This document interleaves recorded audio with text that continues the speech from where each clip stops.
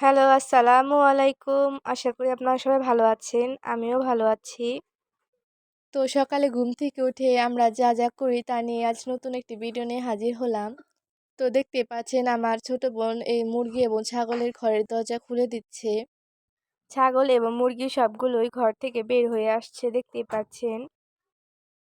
তো এই সকালবেলা হাঁস, মুরগি, কবুতর এবং ছাগলগুলোকে কি খাওয়াই তা নিয়ে আজ ভিডিওটিতে বিস্তারিত বলবো। তো প্রথমে আমরা ছাগলকে সকালে শুকনো খাবার দিয়ে থাকি। ভুসি এবং কুড়ার সাথে মিশিয়ে এই শুকনো দানাদার খাবারটি দেওয়া হয়েছে ছাগলগুলোকে। দেখতেই পাচ্ছেন কত সুন্দরভাবে খাইতেছে। সকালবেলা ছাগলগুলোকে এই ভুসি কুড়ায় শুকনো খাবার হিসেবে দিয়ে থাকি। তারপর এখন এই মুরগিগুলোকে খাবার দেওয়ার পালা। আমাদের প্রায় 20 থেকে 25টি দেশি মুরগি রয়েছে। এগুলো এখন বোঝা যাচ্ছে না, কারণ আমরা ছেড়ে দিয়ে মুরগিগুলো পালন করে থাকি। শখের বশে এই মুরগিগুলো পালন করে থাকি। তো দেখতেই পাচ্ছেন আমার ছোট বোন এই মুরগিগুলোকে খাবার দিচ্ছে। ফিড আর চালের সাথে মিশানো এই শুকনো খাবারটি মুরগিগুলোকে সকালবেলা দিয়ে থাকি। তো সকালবেলায় মুরগিকে ভেজা খাবার দিলে মুরগির নানা রকম রোগ ব্যাধি হয়ে থাকে। তাই সকালবেলা আমরা শুকনো খাবারই দিয়ে থাকি, যাতে মুরগিগুলো সুস্থ সবল এবং মোটা তাজা থাকে। তো দেখতেই পাচ্ছেন আমার ছোট বোন মুরগিগুলোকে খাবার দিচ্ছে।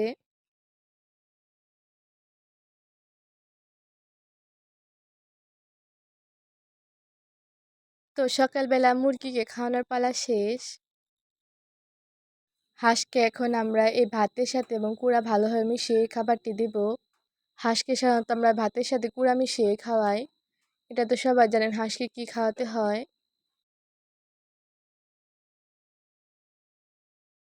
তো কুড়ার সাথে ভাত ভালোভাবে মিশিয়ে হাঁসকে খাবারগুলো দেওয়া হয়েছে। তো দেখতে পাচ্ছেন হাঁসগুলো কত সুন্দরভাবে খাচ্ছে।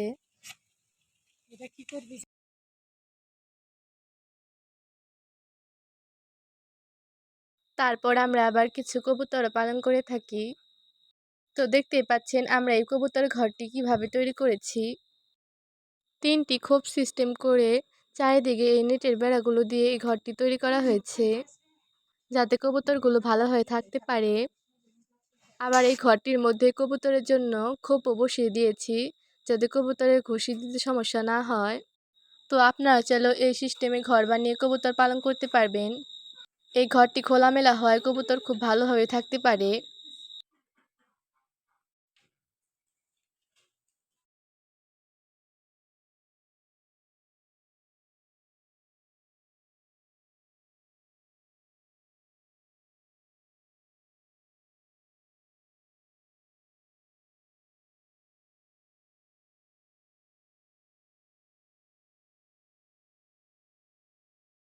তো আপনারা চাইলেও এই পদ্ধতিতে কবুতরের জন্য ঘর তৈরি করতে পারেন। শখের বশে একজোড়া কবুতর কিনেছিলাম। সেই একজোড়া থেকে আজ প্রায় 7 থেকে 8 জোড়া হয়েছে। অনেকগুলো কবুতর হয়েছে, কিন্তু এগুলো এখন বাইরে গিয়েছে খাওয়ার উদ্দেশ্যে।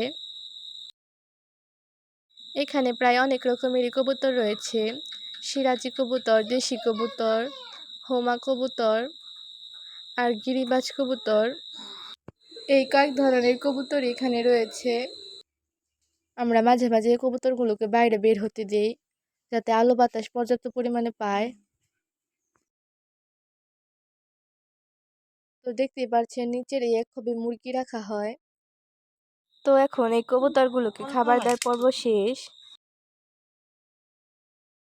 তারপর দুপুরের দিকে আমরা সবাই মিলে এই পিঠাটি বানিয়ে খেলাম। পিঠাটির নাম হলো তালের পিঠা, তালের বড়া বলে থাকে অনেকে।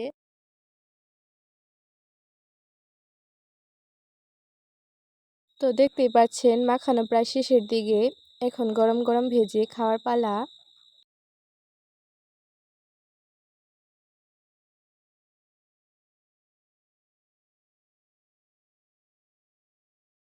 তো দেখতেই পাচ্ছেন আমার আম্মুর সাথে সাথে আমার ছোট বোন সুন্দরভাবে বড়াগুলো ভাজতেছে।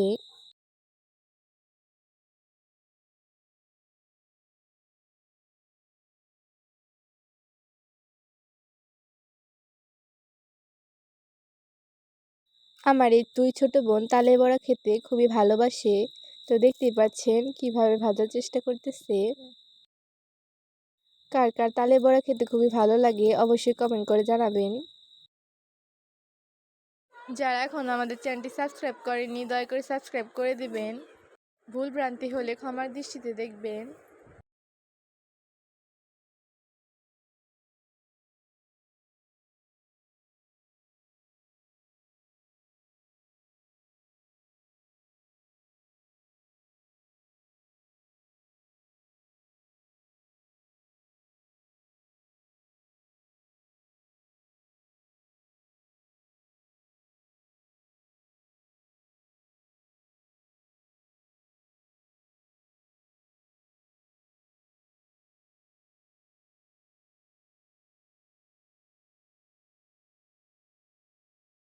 তো এই তালের বড়াগুলো ভাজা প্রায় শেষের দিকে, এখন গরম গরম খাওয়ার পালা।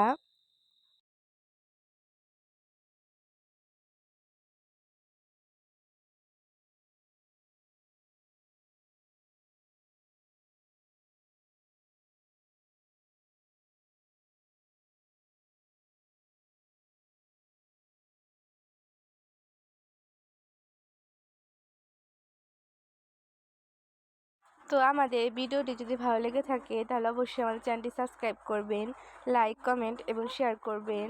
আলহামদুলিল্লাহ, আপনাদের সাপোর্ট পেয়ে আমরা অনেক খুশি। এভাবে পাশে থাকবেন এবং আমাদের জন্য দোয়া করবেন।